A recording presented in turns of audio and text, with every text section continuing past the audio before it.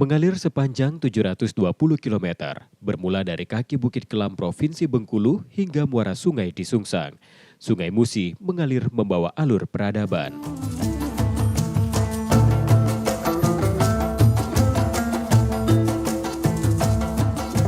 Di Musi Banyuasin, peradaban berkembang melalui jalur sungainya.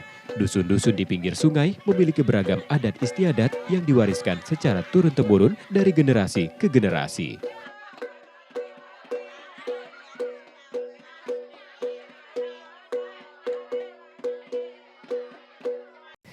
Adat istiadat dalam norma, nilai, tradisi, dan kebiasaan yang diwariskan dari generasi ke generasi dan dilanjutkan oleh suatu kelompok masyarakat dalam kehidupan sehari-hari.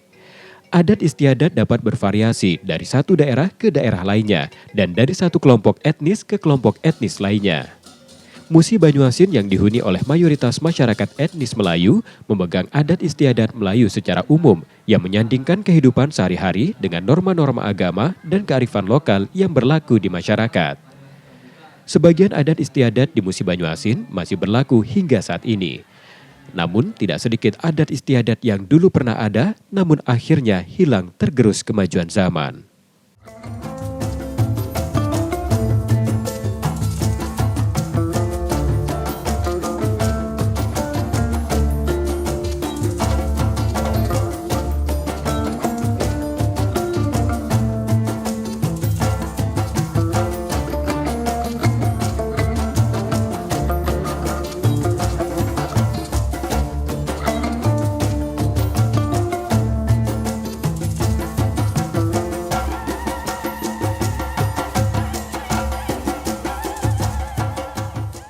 Seiring perjalanan waktu dan perkembangan zaman, banyak adat istiadat yang mulai ditinggalkan karena dianggap tidak relevan lagi dengan kemajuan zaman.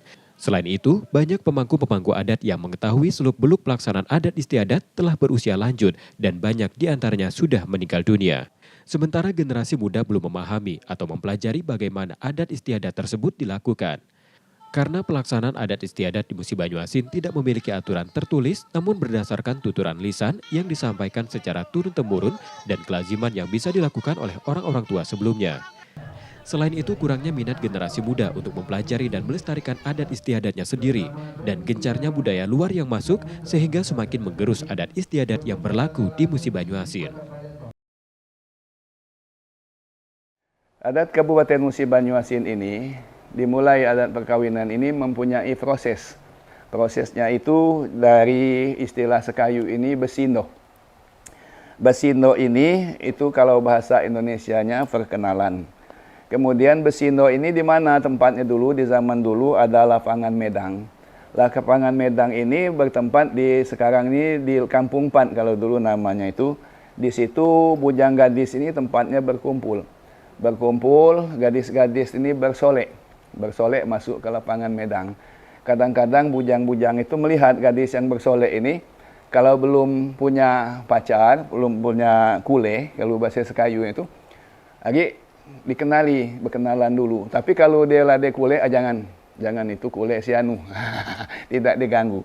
Di lapang Medang ini ada tempatnya. Sebelah ulu ketapang rampak, sebelah ilo pohon meranti. Tempat bujang gadis nyampai ke kate. Nah, disitulah tempat lapangan Medang. Ke pasar membeli minyak. Jangan lupa membeli jahe. Saya berbicara tidak banyak, hanya menambah dikit baik. Itu. Cak ecak jalan belecak, oleh karena hujan magi. Kuka ngomong dak dipacak, yang penting gawe kita jadi. Sebagaimana yang sedang dibicarakan oleh Bapak Ansori Ahmad, membicarakan persoalan pertama-tama. Pertama-tama ada kalimat kata kenalan. Kenalan itu diawali dengan yang dikatakan basindo. Basindo itu berasal dari kata besindir. Jadi kalau besindir tidak ada kata yang langsung. Umpama seperti bunyi pepatah, andai kata adik menjadi kekap, aku biar jadi kuali. Kalau adik membilang saya cakap, adik saya bilang midadari. Nah, setelah berkenalan di lapangan Medang, dilanjutkan dengan bekule. Jadi besindo, berkenalan, bekule. Nah, setelah bekule ini kalau bahasa Indonesianya pacaran. Nah, pacaran ini yang laki-laki dengan yang perempuan itu menyamakan persepsi, misi di dalam kehidupan, sehingga akhirnya amun bahasa Sekayu itu bakule lah rakatnya nasingo wong tue lah tahu kalau ika nak dibakal ke jadi ke calon menantu.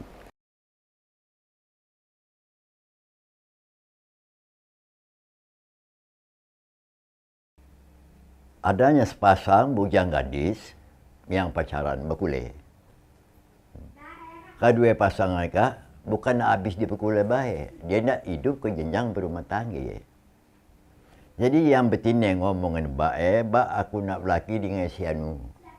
Budak lanang tu pengen calon lanang ngomong boleh dengan bak aku nak bini dengan anak si anu. Tolong rasan ke, ambil senang sambil senang. Datanglah ke orang tua budak lanang, kuma bakal biasanya orang tua budak betina. Itu namanya nyelui yang pertama kali itu nyelui. Itu ngune piring ilim, gitu ya. Ada ngune bahan-bahan dikit, itu namanya nyelui. Nah, di samping itu silaturahmi, perkenalan kedua keluarga tadi kan. Setelah bekule, itu madek. Madek ini pada saat ini ya, sudah banyak yang ditinggalkan. Dulu orang tua itu kalau memilih calon menantu, tidak serta-merta langsung. Itu dilihat dulu tingkah lakunya. Dinilai dulu, dinilai dari nasabnya. Dari nasabnya. Jadi kalau dia mau mencari menantu itu, dinilai nasabnya. Nasabnya itu nasab orang baik-baik atau tidak. Nah, kemudian bagaimana agamanya, kemudian bagaimana juga tingkah lakunya, bagaimana itu kecantikannya. Itu ada istilahnya itu madek. Madek ini biasanya perkenalan keluarga laki-laki dan keluarga perempuan itu. Kemudian keluarga laki-laki itu tandang ke rumah calon menantu tadi. Nah, di situ dinilai. Madek ini artinya menilai calon menantu. Mulai di tingkah lakunya menerima tamu, kemudian cara mempersilahkan tamu duduk, kemudian tingkah lakunya itu dinilai. Nah, kalau cocok, nah dilanjutkan dengan acara berikutnya. Acara berikutnya ini merasan. Dari pihak lanang, dia menyampaikan maksud dan tujuan dia datang itu bahwa anak kita kan berdua kan lah berasan dah berkuliah lami. Dia kan nak sampai nak hidup sampai ke jenjang berumah tangga itu. Nguni piring ilim, nguni amplop. Tak sebut jumlahnya, pokoknya ada isinya. Nah, beberapa hari, 3 hari, seminggu, ampun tu balik lagi kepada calon besar. Itu budak lanang ni, berarti itu ada suruhnya datang lagi. Jadi perkenalan itu bakule, pakam kalah. Dari waktu ke waktu, bakule itu melibatkan seorang tue. Minta dilamar ke, yaitu anak gadis orang. Di situ ada adat istiadat kita. Pertama-tama yang dikatakan melamar bahasa adat kita membawa tenong gambo. Apa itu tenong gambo? Punjung mata yang pertama-tama. Punjung mata dihiasi dengan sirih bersama tangkai. Ditambah lagi dengan pisang ambon atau pisang rejembun. Itu pertama-tama yang dikatakan melamar. Ke Jambi, ke Batangasai, ke Moneng, tengiran burung. Kalau berjanji dak begadai, like berunding rasa nurung. Itu maksud daripada gadai bahasa adatnya gadai. Itu pegangan mempertandai bahawa rasan budak itu pegang tue. Itu bahasanya kita Sekayunya. Rasan tu lapang tue jadi dak nekol-nekol lagi budak nak berkuliah lain. Dalam acara merasan ini ada acara sekapur siri. Sekapur siri ini biasanya juru bicara itu megang piring ilim. Nah, piring ilim ini dipegang oleh pembicara. Piring ilim ini disodorkan kepada lawan bicaranya tadi yang menerima kita, yang berbicara dari pihak mempelai perempuan. Nah, setelah berbicara, maksud kehadirannya, kedatangannya untuk melamar atau merasan, kemudian setelah dijelaskan, kemudian setelah selesai pembicaraan, itu biasanya di dalam piring ilim itu ada uang di dalam amplop. Begitu selesai berbicara, amplop ini kita serahkan kepada pembicara. Pembicara tadi menyerahkan kepada orang tua laki-laki menyerahkan kepada istrinya. Nah, nanti amplop itu dibuka. Dibuka isinya apa? Uang umpama 1 juta. Nah, uang 1 juta ini sebagai gadai. Gadai artinya rasan itu dipegang.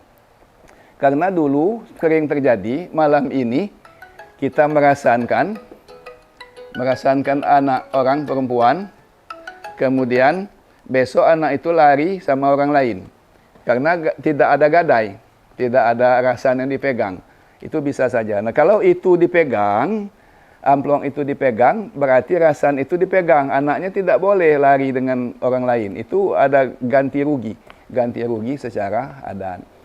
Nah, kemudian waktu sudah dipegang rasan, kemudian ditanyakan oleh orang tua perempuan ini, anaknya tadi, apa memang benar mau akan nikah, mau kawin, nak belaki membasuh kitek sekayu.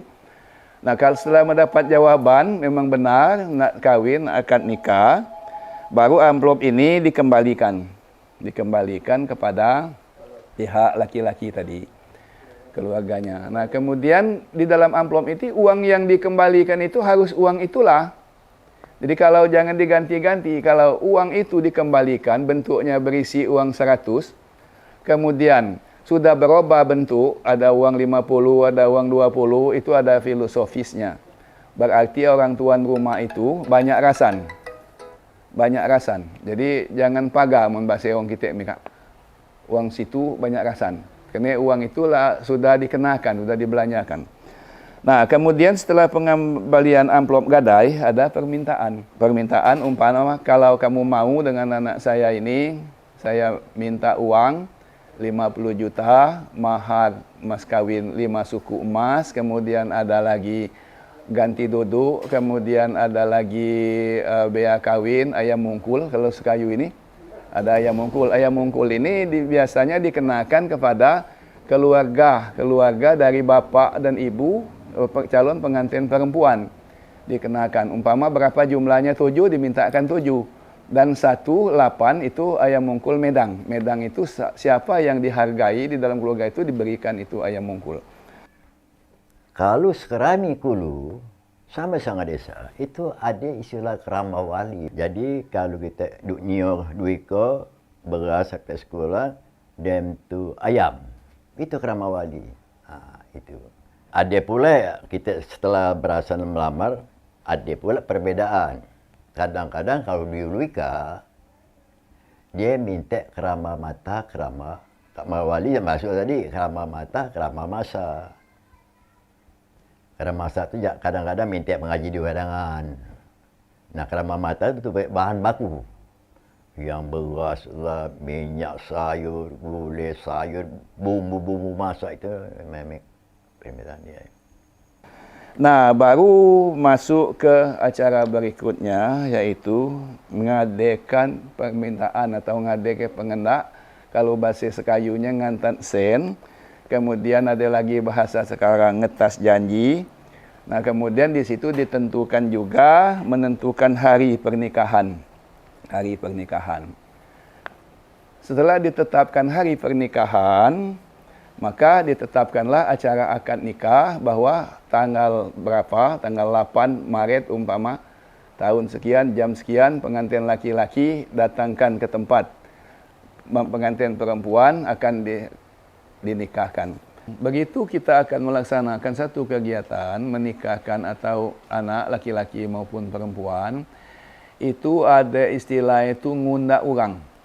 Ngunda orang ini artinya membentuk panitia, mengumpulkan keluarga untuk merangkul kegiatan-kegiatan yang dilaksanakan pada hari H daripada hari akad nikah itu tadi. Karena kalau tuan rumah itu melaksanakan sendiri, pekerjaan yang berat itu tidak mungkin. Seperti motong ayam, seperti ngupas kelapa, mau dilakukan sendiri oleh tuan rumah itu enggak mungkin. Jadi perlunya gotong royong dari keluarga, bahu-membahu untuk melaksanakan itu, memasak. Nah, jadi panitia ini ditunjuk, ini bagian betina dapur. Betina dapur itu artinya memasak, betina dapur itu. Ada lagi tukang air. Segala kebutuhan air dilakukan. Kalau zaman dulu tu nggak ada ledeng, jadi pakai pikulan. Jadi zaman saya dulu itu sudah saya pernah rasakan jadi anak belai. Anak belai itu ngambil air di sungai, pikul pakai pikulan. Jadi kalau kita itu punya tanggung jawab ngambil anak orang itu, istri saya, kemudian saudara dari mertua saya tu nikahkan anak, saya kena anak belai. Ya biasanya dari laki-laki atau perempuan dikenakan anak belai, tukang ayuh. Nah, jadi yang menantu yang dekat itu dapat tugas yang berat. Seperti tukang air tadi, mengadakan air. Nah, kalau yang lain-lain hanya pelengkap saja, itu diambil dari keluarga-keluarga yang punya hubungan, umpama saya dari keluarga istri saya itu, nah saya karena ngambil istri saya itu, saya kenakan anak belai. Anak belai itu artinya anak yang disayang. Dibelai itu disayang artinya. Anak yang disayang itu diberikan tugas berat kalau di panitia zaman dulu itu. Pengantin medang ini istilahnya itu umpama mau akad nikah. Nah, calon pengantin laki-laki atau perempuan ini beringkas, pakai baju kebaya. Kalau perempuan itu diiringi oleh gadis-gadis. Gadis-gadis keliling dusun.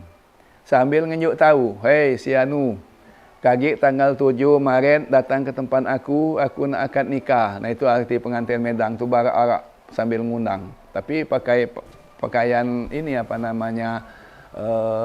pakaian kebaya. Selain dalam adat istiadat pernikahan, banyak adat istiadat lain yang mengalami kendala untuk dilakukan. Di antaranya adat istiadat dalam berdagang dan membuka hutan, karena larangan membuka hutan dengan cara membakar. Banyak adat istiadat terkait hal tersebut akhirnya berangsur-angsur hilang. Di antaranya adat istiadat muka umeh talang, bawe nugal atau bawe ngetam, yang merupakan adat gotong royong juga berangsur hilang. Adat istiadat yang ada di Kabupaten Musi Banyu Asin bisa disebut seperti adat istiadat muda-mudi, seperti ningko, kemudian juga adat istiadat menyambut kelahiran seorang bayi, seperti uban-uban, marhaba, batimbang bayi. Kemudian juga ada adat istiadat yang berupa adat pernikahan yang ada di Musi Banyu Asin, seperti majang-majang, kemudian mengambil beras konyet, besodo, maupun juga minta suke, dan masih banyak lagi seperti itu. Ada juga adat istiadat yang berhubung dengan pemahaman akan leluhur atau ada hubungannya dengan konsep alam seperti itu, seperti adat istiadat sedekah lemang, kemudian juga adat istiadat mandi dulang, sedekah rami, ataupun adat istiadat yang lainnya yang berhubungan dengan leluhur atau dengan alam sekitarnya. Selain itu, wilayah Kabupaten Musi Banyu Asin yang luas memuat beragam adat istiadat yang berbeda di beberapa wilayah. Tentunya dibutuhkan upaya yang besar dan waktu yang cukup untuk mendata dan menginventarisasi adat istiadat di masing-masing wilayah. Sejak berakhirnya pemerintahan marga yang ada di Kabupaten Musi Banyu Asin, keberadaan adat istiadat semakin lama semakin memudar. Marga-marga yang sebelumnya menjalankan aturan dengan hukum adat tidak lagi memiliki fungsi sebagaimana mestinya. Masyarakat akhirnya dominan menjalankan hukum negara yang berlaku secara umum di Indonesia. Adat istiadat yang ada di Musi Banyu Asin itu tentunya ada mengalami kendala pada akhir-akhir ini. Kendalanya adalah masyarakat masih berpikir dengan adat lama, sepertinya mereka tidak menginginkan hal yang ribet. Mereka menginginkan hal yang simpel. Kemudian juga adat istiadat lama itu banyak menggunakan biaya. Seperti kita misalnya mau mengadakan suatu pergelaran adat istiadat yang ada di suatu desa, itu memerlukan banyak orang, memerlukan biaya. Jadi itu adalah salah satu kendala yang dihadapi masyarakat kita. Nah, kemudian juga di samping kendala itu, kita akan menawarkan beberapa solusi pada generasi yang akan datang. Bagaimana budaya kita ini supaya terkenal, supaya dimanfaatkan lagi untuk kemajuan, untuk mengenalkan dan menjadi khazanah ciri khas Kabupaten Musi Banyu Asin. Salah satunya adalah sudah dilakukan oleh pemerintah, yaitu dengan cara festival daerah, kemudian festival adat atau juga lokakarya, seminar atau bentuk beberapa pelatihan sehingga budaya ini dikenal di masyarakat. Kemudian juga untuk generasi muda, ini hal yang lebih penting lagi, bahwa generasi muda atau Gen Z sekarang adalah lebih mengenal sesuatu itu dengan melalui platform media digital. Kita bisa mengenalkan berbagai bentuk adat istiadat ataupun budaya yang ada di Musi Banyu Asin ini melalui Instagram, Facebook, atau yang lebih menarik sehingga konten-konten itu membangkitkan semangat mereka lagi. Di samping itu juga pemerintah dan masyarakat maupun orang yang mencintai budaya harus berkolaborasi. Bagaimana budaya ini supaya terus-menerus dipelajari, salah satunya adalah memasukkan materi ini pada materi muatan lokal, baik pada tingkat SD maupun tingkat SMP, atau bahkan diperkenalkan pada perguruan tinggi, supaya budaya ini lebih melekat dan terinternalisasi pada kehidupan generasi yang akan datang. Forum Pemangku Adat yang merupakan organisasi yang bertugas menjaga adat istiadat Musi Banyu Asin telah berusaha melaksanakan sosialisasi dan memberikan pemahaman melalui beragam forum dengan harapan agar adat istiadat Musi Banyu Asin kembali dikenal, terutama oleh generasi muda. Selain itu, agar adat istiadat yang memiliki nilai positif dapat kembali berlaku di masyarakat. Bagi kami, pemuka masyarakat ini ikut serta dalam hal mengembangkan kebudayaan Kabupaten Musi Banyu Asin. Yang pertama kami menggali, kemudian ikut serta mengembangkan, dan kemudian kami ikut serta menjaga kelestarian adat ini. Jangan sampai adat ini termasuk adat-adat yang lain, adat-adat yang dari luar. Seperti tukar cincin itu tidak ada di adat kita. Itu adat Palembang, atas janji. Kemudian adat-adat lagi ketika pengantin akan masuk ke tempat ruang pekarangan rumah daripada calon pengantin perempuan itu diberikan kalung. Zaman dulu nggak ada kalung itu.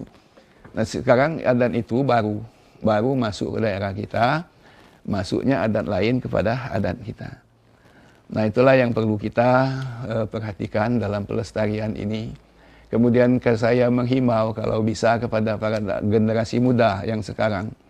Nah kapan lagi kita akan mengembangkan dan melestarikan adat istiadat Kabupaten Musi Banyu Asin ini kalau tidak kita sendiri. Di dalam Al-Quran dikatakan la yughayyiru ma biqaumin wa la yughayyiru ma bi anfusihim. Allah tidak akan merubah nasib satu kaum kecuali kaum itu merubah nasibnya sendiri. Jadi saya menghimbau kepada generasi muda, sanggar-sanggar seni, kemudian pemakai-pemakai adat Kabupaten Musi Banyu Asin supaya kita pakai adat kita. Siapa lagi yang akan mengembangkan adat Kabupaten Musi Banyu Asin ini selain dari masyarakat Kabupaten Musi Banyu Asin itu sendiri. Adat istiadat termasuk dalam salah satu objek pemajuan kebudayaan di samping 9 objek pemajuan kebudayaan lainnya, yaitu tradisi lisan, manuskrip, ritus, pengetahuan tradisional, teknologi tradisional, olahraga tradisional, seni, bahasa, dan permainan rakyat. Dalam pelaksanaannya kami ini terkendala dengan sosialisasi. Karena adat ini tidak bisa selesai dari tangan pembina dan pemangku adat sendiri, harus kita bekerja sama kepada semua masyarakat, komunitas masyarakat, baik itu pengguna adat istiadat ini dalam acara resepsi perkawinan, kemudian yang paling penting itu kepada sanggar-sanggar tari, sanggar-sanggar yang ada di Musi Banyu Asin ini. Saya berharap sanggar ini mengembangkan dan melestarikan adat Kabupaten Musi Banyu Asin. Kemudian selain daripada itu para master seremoni, para MC itu senantiasa menjadi keynote speaker sebagai pembicara, sebagai penyambung lidah dari pemangku dan pembina adat ini supaya adat ini bisa berkembang dan bisa lestari. Nah, kemudian selain daripada itu kita harus melakukan sosialisasi. Sosialisasi kepada komunitas-komunitas tadi supaya adat ini, ini adat Musi Banyu Asin ini yang sebenarnya. Ini yang bukan adat. Nah, jadi bisa dipilah-pilah mana yang adat, mana yang bukan adat. Itulah bisa berkembang dan lestarinya adat di Kabupaten Musi Banyu Asin ini. kami selaku pemangku adat Kabupaten Musi Banyuasin, kami akan mempertahankan adat-adat yang ada di Musi Banyuasin ini. Sepanjang adat-adat tersebut kami bisa laksanakan sesuai dengan aturan yang ada di Kabupaten Musi Banyuasin. Untuk mengetahui kondisi faktual dan permasalahan yang dihadapi terkait objek pemajuan kebudayaan, pemerintah Kabupaten Musi Banyuasin telah menyusun pokok pikiran kebudayaan daerah Kabupaten Musi Banyuasin atau PPKD sejak tahun 2018. Di dalam dokumen pokok pikiran kebudayaan daerah tersebut, salah satunya memuat kondisi faktual adat istiadat yang ada di Kabupaten Musi Banyuasin serta permasalahan-permasalahan yang dihadapi. Selain sebagai salah satu identitas dalam suatu daerah, adat istiadat memiliki beberapa fungsi penting, di antaranya menjaga dan mempertahankan identitas budaya, membangun solidaritas dan hubungan sosial, menjaga keseimbangan dan harmoni, melestarikan pengetahuan dan kearifan lokal, serta memiliki nilai pendidikan. Pokok-pokok pikiran kebudayaan daerah Kabupaten Musi Banyuasin telah disusun sejak tahun 2018. Dan saat ini sedang dilaksanakan pemutakhiran adat istiadat salah satu dari 10 objek pemajuan kebudayaan.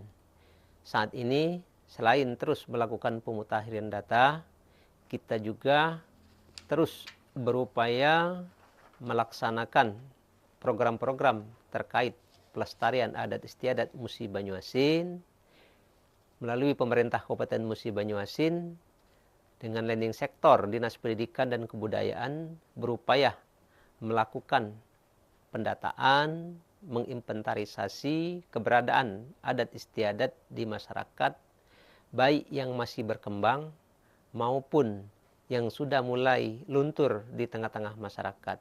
Selain itu, program-program terkait upaya pemajuan kebudayaan terus dikembangkan sehingga diharapkan adat istiadat yang merupakan bagian dari objek pemajuan kebudayaan dapat ikut dilestarikan. Selain sebagai salah satu identitas dalam suatu daerah, adat istiadat memiliki beberapa fungsi penting. Di antaranya menjaga dan mempertahankan identitas budaya, membangun solidaritas dan hubungan sosial, juga menjaga keseimbangan dan harmonisasi dalam melestarikan pengetahuan dan kearifan lokal serta memiliki nilai kependidikan. Semoga adat istiadat Musi Banyuasin dapat terus berkembang melalui upaya perlindungan, pengembangan, pemanfaatan, dan pembinaan, sehingga adat istiadat Musi Banyuasin dapat terus lestari sesuai dengan perkembangan zaman. Pada saat ini, Dinas Pendidikan dan Kebudayaan melalui bidang kebudayaan, kami sedang melakukan pemutakhiran data pokok pikiran kebudayaan daerah Kabupaten Musi Banyuasin, yang salah satunya adalah adat istiadat. Semoga adat istiadat Musi Banyuasin dapat terus berkembang melalui berbagai upaya perlindungan, pengembangan, pemanfaatan, dan pembinaan, sehingga pada akhirnya adat Musi Banyuasin dapat terus lestari sesuai perkembangan zaman. Semoga adat istiadat Musi Banyuasin dapat terus berkembang melalui upaya perlindungan, pengembangan, pemanfaatan, dan pembinaan, sehingga adat istiadat Musi Banyuasin dapat terus lestari sesuai perkembangan zaman.